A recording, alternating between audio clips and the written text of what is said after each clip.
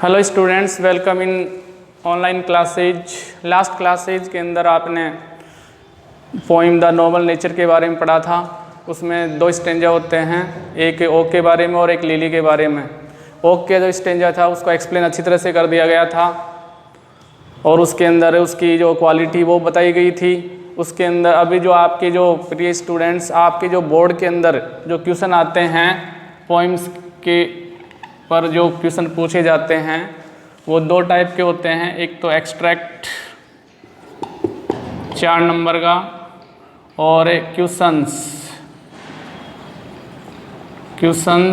6 number के। इस प्रकार से 10 नंबर की पोइम के से क्वेश्चन पूछे जाते हैं। तो फर्स्ट स्टेंजा की जो क्वेश्चंस नहीं हुए थे, तो ओक का जो पेड़ का उसका जो स्टेंजा है उसमें से 2 क्वेश्चन बनते हैं। What is the quality of an oak? एक ओक के पेड़ की क्या क्वालिटी थी। पिछले स्टेज हम पढ़े थे कि एक ओक का पेड़ 300 साल तक जीवित रहता है और अंत में यूजलेसली फाल हो जाता है, गिर जाता है एक लकड़ी के लट्ठे के रूप में। ये उसकी क्वालिटी है। 2 नंबर का 2 क्वेश्चन पूछे जाते हैं एग्जाम के अंदर। दूसरा क्वेश्चन है how long does an oak live? कितने साल तक जीवित रहता है। ये दो नंबर के क्वेश्चन हो गए। तो इनके आंसर हैं what is the quality of an oak? Oak की जो क्वालिटी क्या है इसके बारे में है एन ओक ट्री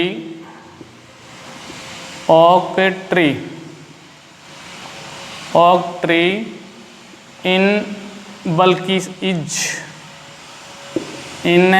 बल्कि साइज, एक विशाल आकार में होता है। He does not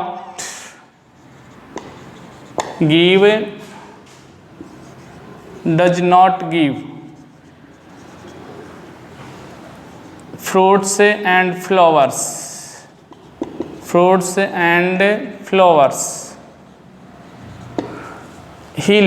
It lives, ये जीवित रहता है for 300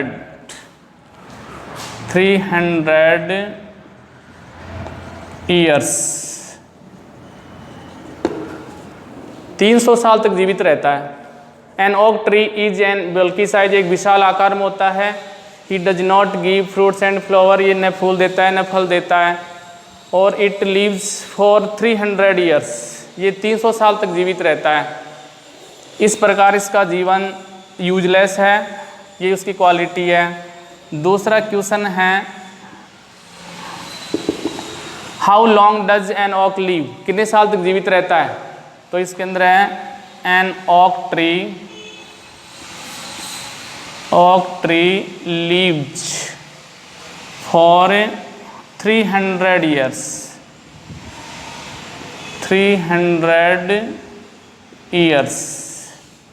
300 साल तक जीवित रहता है। ये 2 क्वेश्चन इसमें फर्स्ट स्टेंजा में हो गए। अब नेक्स्ट स्टेंजा आता है लिली के बारे में। नेक्स्ट स्टेंजा, फर्स्ट स्टेंजा के क्वेश्चंस हो गए। स्टेंजा सेकंड लिली के बारे में। पहले उसका स्टेंजा लिख देते हैं। A lily of a day, lily का एक दिन का जीवन। Is fair for in May के महीने में काफ़ी सुंदरता ले वाला होता है।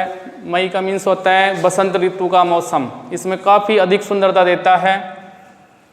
आल्दो यद्यपि it fall and die that night, उसी रात को गिर जाता है। जिस रात को खिलता है इसका फूल उसी रात को गिर जाता है। लेकिन it was the flower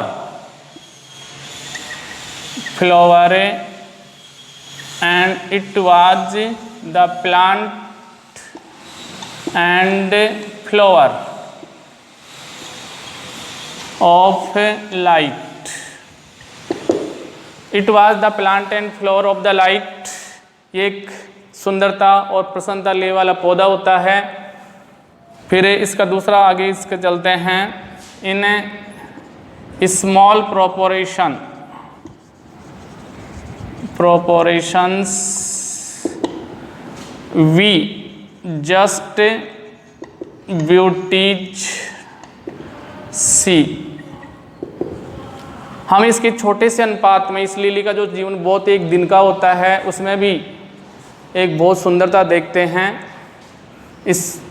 in small proportion we just beauty see. इसका जो जीवन एक संक्षिप्त होता है, एक दिन तक जीवित रहता है इसका लिली का जो पेड़ है, लेकिन एक दिन के जीवन में भी ये फूल खिला देता है, इसलिए इसका जीवन बहुत ही अनुपात इसका छोटा है, लेकिन उसमें भी हम सुंदरता को देखते हैं। फिर इसका आगे आता है short measures life. Short measures life में परफेक्ट बी। ये इसका सेकंड स्टेंजा है द नोबल नेचर का। इसके अंदर लिली की क्वालिटी बताई गई है छात्रों, और इसके बारे में इस लिली के पेड़ का जो लाइफ है ओनली एक दिन का होता है, लेकिन फिर भी इसके जीवन का काफ़ी महत्वपूर्ण है क्योंकि इसका जो उद्देश्य होता है वो कंप्लीट कर लेता है। लाइन टू लाइन देख लेते हैं इसका explanation. A lily of a day, lily का एक दिन का जीवन। इज फेयर, फेयर मीन्स होगा अधिक सुंदर, फेयर मीन्स होता है अधिक सुंदर। फार इन मे मीन्स होता है मई का महीना, बसंत ऋतु का महीना। कि इसका जो लिली का जो जीवन है एक दिन का जीवन, लेकिन मई के महीने में बसंत ऋतु के मौसम में अधिक सुंदरता देता है। फेयर मीन्स होता है अधिक सुंदर। आल्दो यद्यपि फाल गिर जाता है, या डाई मीन्स होगा नष्ट हो जाता है। डेट नाइट उसी रात को, जिस रात को ये फूल खिलाता है उसी रात को ये नष्ट हो जाता है। It was the plant and flower of light. Light means होता है प्रसन्नता, सौंदर्य और प्रसन्नता देने वाला फूल होता है। लाइट मीन्स होता है LIGHT। लाइट मीन्स होता है प्रकाश, नहीं होगा यहाँ पर हैप्पीनेस, हैप्पीनेस प्रसन्नता, प्रसन्नता देने वाला फूल है ये। इन स्मॉल प्रोपोरेशंस, इस लिली का छोटा सा जीवन का जो अनुपात है, स्मॉल मीन्स होता है संक्षिप्त, छोटा, प्रोपोरेशन मीन्स होगा अनुपात में। वी जस्ट मीन्स होगा सच्ची, और ब्यूटीज मीन्स होगा सुंदरताएं, सी मीन्स होगा देखते हैं। इसका जो बिल्कुल छोटा संक्षिप्त जीवन है उसमें भी एक सच्ची सुंदरता देखते हैं। इसका जीवन काफ़ी सार्थक होता है। इसी प्रकार शॉर्ट मीजर्स लाइफ, संक्षिप्त जो अवधि का जो जीवन है, जैसे लिली का जो जीवन है, लाइक मी परफेक्ट, वो पूर्णता ले वाला हो सकता है, वो पूर्णता ले वाला हो सकता है। इसी प्रकार से लास्ट लाइनों के अंदर एक मानव जीवन के लिए संदेश दिया है कि लिली की तरह ही अगर किसी मानव ने बिल्कुल शॉर्ट लाइफ जिया है तो उसका जीवन भी, लेकिन उसका जीवन उपलब्धियों से भरा हुआ हो तो उसका जीवन सार्थक, बिल्कुल क्या है, परफेक्ट, पूर्णता ले वाला हो सकता है। इसके अंदर भी क्वेश्चन दो, जैसे एक्सट्रैक्ट है, 2 एक्सट्रैक्ट पूछे जाते हैं। 5 पॉइंट्स हैं आपकी जो सिलेबस में है, 5 पॉइंट हैं, उनमें से 2 एक्सट्रैक्ट आएगा। उनमें से 1 आउट ऑफ 2, उनमें से 2 में से 1 पूछेगा। तो first poem the Nobel nature, पहली पोइम जो नोबल नेचर है। दूसरी है a boy song, boy song एक लड़के का गीत। तीसरी है द होप। चौथी है 7 एजेज ऑफ द मैन, आदमी की 7 अवस्थाएं। और लास्ट है द स्नेयर, जाल।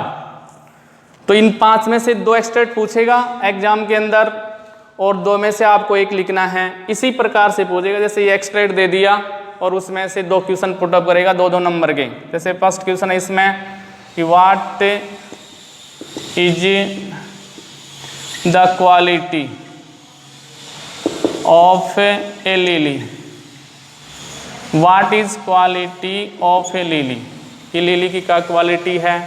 दूसरा क्वेश्चन इसमें से और कहीं से बना लेगा, although it fall and that night is far fair में it was the plant and flower in small proportion with just beauty see, इसमें आ जाएगा what do we see in small proportion, इस जीवन के छोटे से अनुपात में हम क्या देखते हैं। ये है, जैसे दो क्वेश्चन आ गए, 2-2 नंबर के क्वेश्चन आते हैं, ये 2-2 नंबर के, तो इसी में से आपको दे करके लिखना होता है, इसी को कहते हैं एक्सट्रैक्ट कहते हैं। ये 4 नंबर का आता है पोइम में से, और 6 नंबर के जो क्वेश्चन आते ही हैं लास्ट में से शॉर्ट क्वेश्चन आते हैं। तो इसका जो आंसर है first, what is the quality of a lily, lily की क्या क्वालिटी है। A lily is a western flower, एक विदेशी फूल है ये। इट गिव्स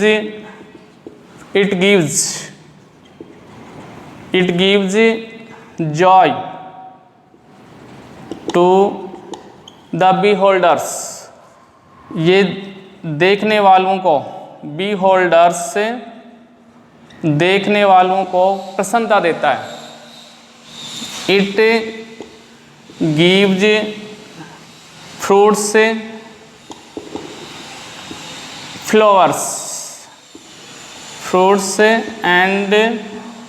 फ्लावर्स,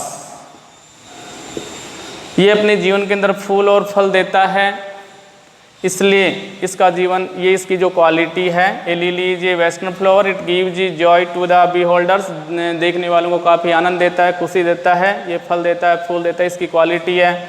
सेकंड जो क्वेश्चन है,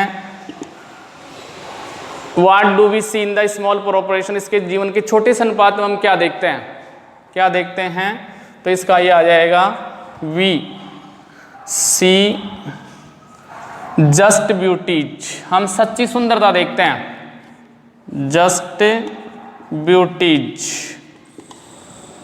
ब्यूटीज इन स्मॉल प्रोपोर्शन, इस छोटे से जीवन के अनुपात में हम छोटी सी सुंदरता देखते हैं। इस प्रकार से 2 क्वेश्चन हो गए इसके अंदर। दोबारा से एक्सप्लेन हो जाता है इसका बच्चों कि a lily of a day, lily का एक दिन का जीवन, इज फेरर फार इन में, मई के महीने में काफ़ी सुंदरता ले वाला होता है। फेरर मीन्स होता है अधिक सुंदर, फेरर मीन्स आल्दो यद्यपि it fall and die, fall means गिरना, जैसे फूल के लिए आया ये, डाई मीन्स होगा नष्ट होना आ जाएगा। डेट नाइट, जिसी रात को ये खिलता है और फूल खिलता है, और जैसे मान लो इसका जो निकलता, इसका जो विकसित होता है फूल है, उसी रात को ये गिर जाता है और नष्ट हो जाता है।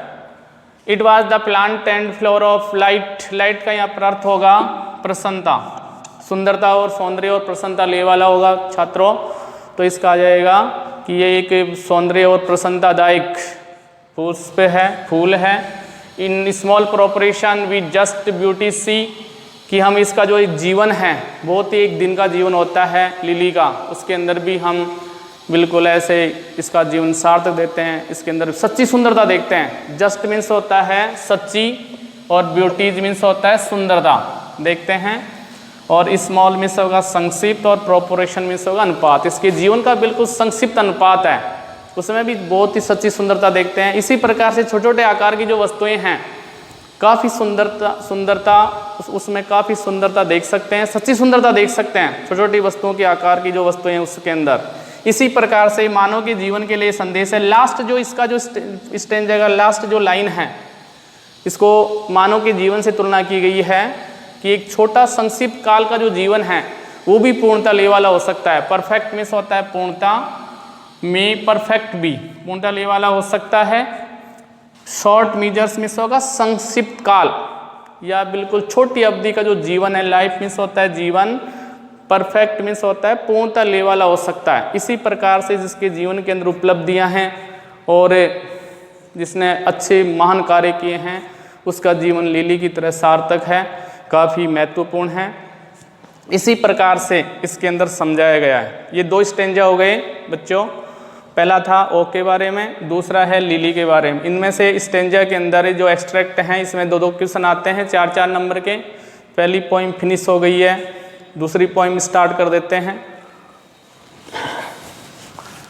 दूसरी पोइम का नाम इधर ए बॉय सॉन्ग,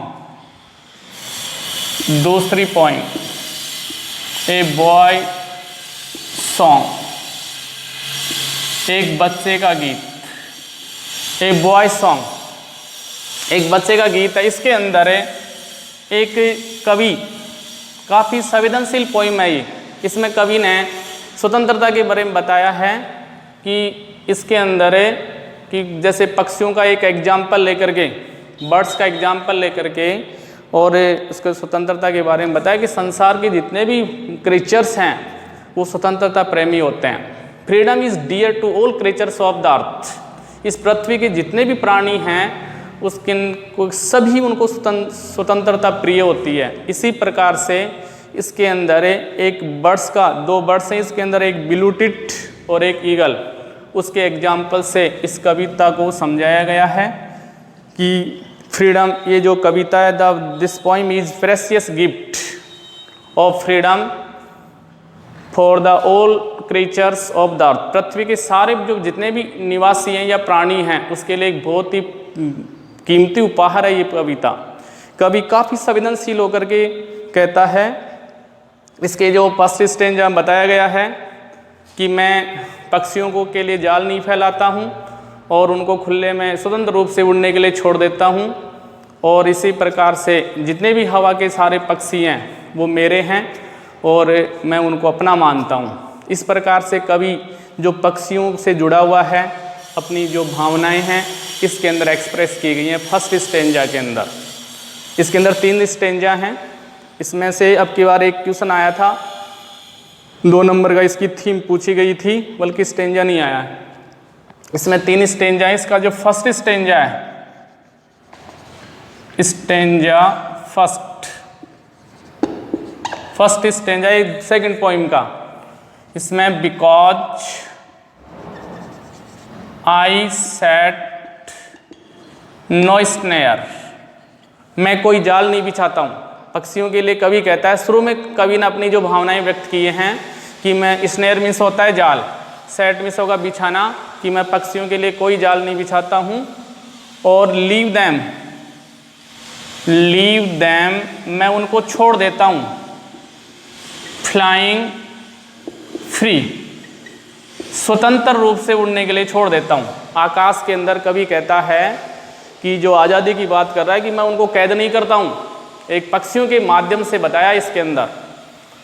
और इसका जो तीसरी लाइन है, all the birds of the air, हवा के जितने भी पक्षी हैं, बिलोंग टू मी। ये इसका द फर्स्ट स्टेंजा है इसका। बिकॉज क्योंकि, आई सेट मीन्स होगा बिछाना, सेट मीन्स होगा बिछाना या फैलाना। मैं जाल नहीं फैलाता हूँ, स्नेयर मीन्स होता है जाल, जो जानवरों को फंसाने का जो नेट आता है उसको स्नेयर बोलते हैं। फर्स्ट जो लाइन है इस कविता की उसमें बताया गया है कि because I set no snare, क्योंकि कवि अपने मन की भावनाओं को व्यक्त किया गया है कि मैं कोई जाल नहीं बिछाता हूँ, लीव छोड़ देता हूँ, लीव मीन्स होगा छोड़ देना, मैं पक्षियों को छोड़ दे, दैम मीन्स होता है बर्ड्स के लिए आया है कि मैं उन पक्षियों को छोड़ देता हूँ, और फ्लाइंग फ्रीली मुक्त रूप से, फ्लाइंग मीन्स होगा उड़ने के लिए, फ्री मीन्स होगा मुक्त रूप से, कि मैं उन पक्षियों को मुक्त रूप से उड़ने के लिए छोड़ देता हूँ। और all the birds of the air, हवा के जितने भी पक्षी हैं, बिलोंग टू मी मीन्स होता है, बिलोंग मीन्स होता है मेरे, संबंधित, मेरे से संबंधित हैं।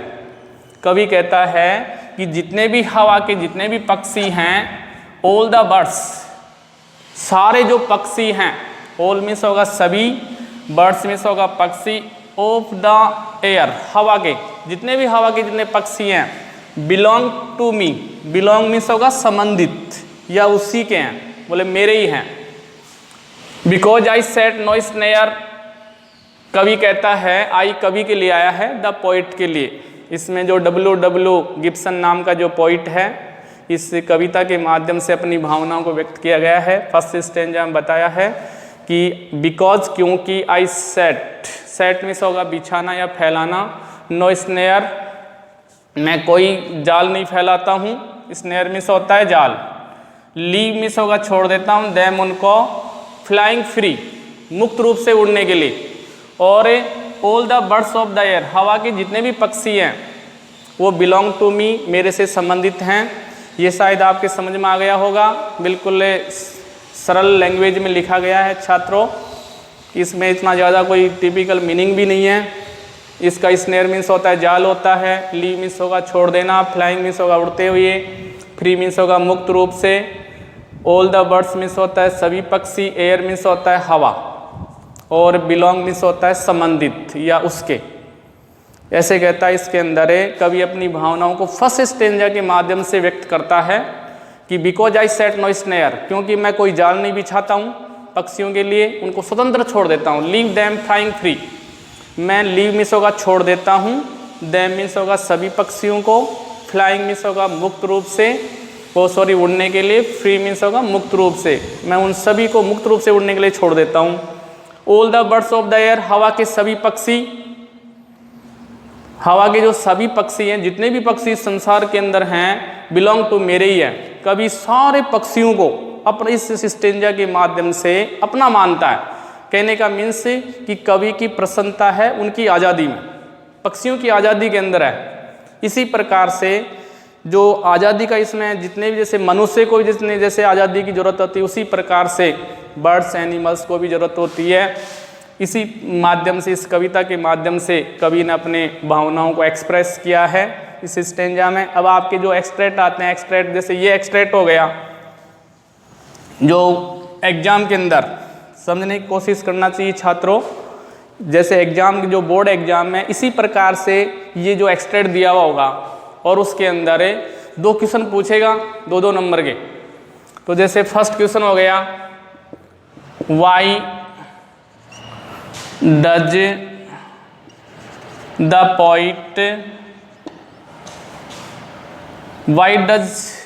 पोइट नॉट सेट स्नेयर कवि जाल क्यों नहीं फैलाता है।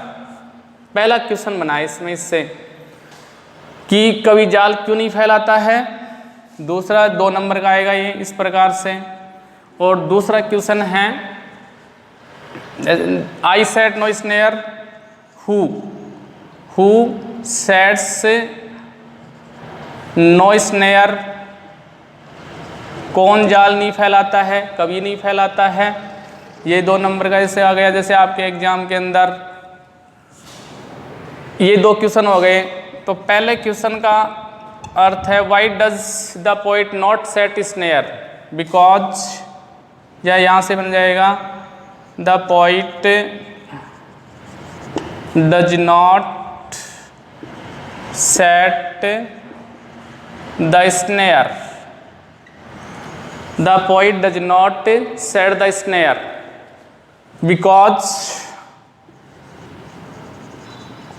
because he leaves them वह उनको छोड़ देता है, फ्लाइंग फ्री मुक्त रूप से उड़ने के लिए छोड़ देता है। यह आ गया इसका कि the poet does not set the snare because he leaves them flying freely, all the birds he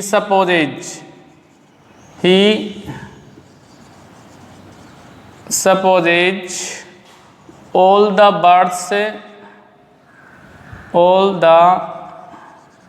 birds of air, the air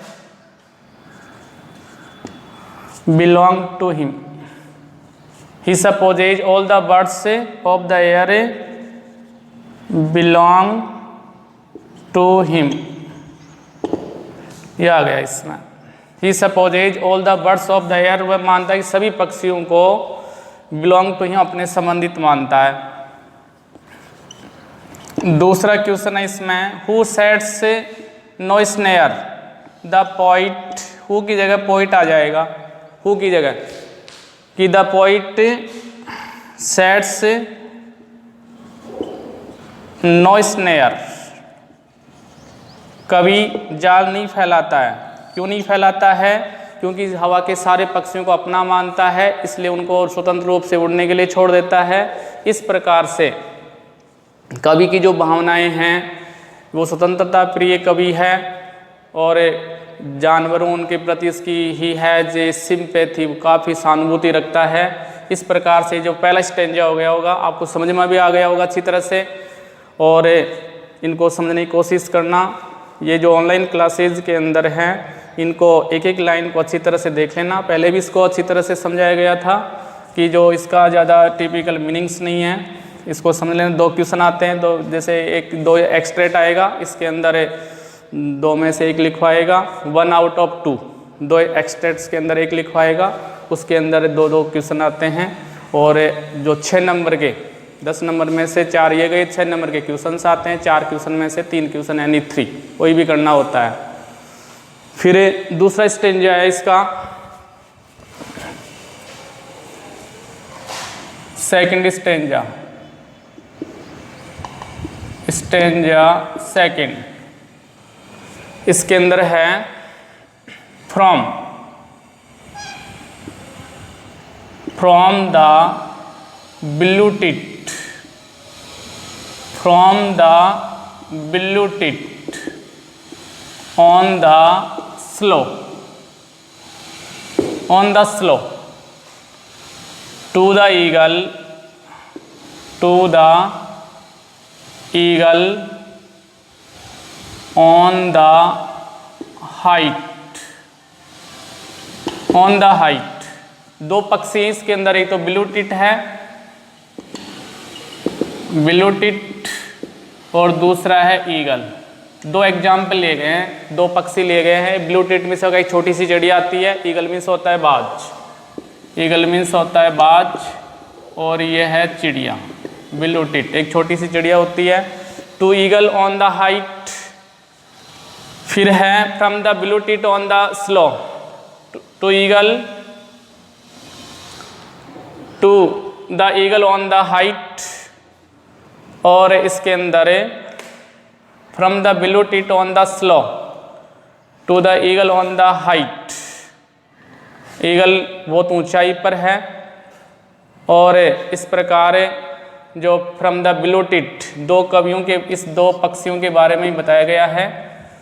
from the blue tit on the slow, बेर की झाड़ी पर, स्लो मीन्स होता है, इसका वर्णन किया गया इसमें कि from the blue tit on the slow, जो स्लो मीन्स होता है बेर की झाड़ी, बेर की झाड़ी पर एक छोटी सी चिड़िया बैठी हुई है। To the eagle on the height, और एक जो बाज है वो एक बहुत ऊंचाई पर है, काफ़ी ऊंचाई पर लिया हुआ है। इस प्रकार से 2 पक्षियों का जो स्थान दिया गया है, एक तो बेर की झाड़ी पर है स्लो, और एक है हाइट, एक ऊंचाई पर है। 2 पक्षी हैं, स्लो मीन्स होता है बेर की झाड़ी, बेर की झाड़ी, झाड़ी पर दिया गया है। सेकंड स्टेंजा की 2 ये जो हैं, फर्स्ट जो सेकंड 2 लाइन हैं, इसमें 2 पक्षियों का वर्णन है। From the blue tit on the slow, एक छोटी सी जो चिड़िया है वो बेर की झाड़ी पर बैठी हुई है, और to the eagle on the height, और एक ईगल है बहुत ऊंचाई पर है। इस प्रकार से इनका जो स्थान है, आगे जो नेक्स्ट क्लासों के अंदर आप जो इसके सेकंड स्टेंजा के बारे में पढ़ेंगे फुल्ली अच्छी तरह से, इनको समझने की कोशिश करना है अच्छी तरह से। ऑनलाइन क्लासों का जो बेनिफिट है वो अच्छी तरह से लेना है। थैंक्स।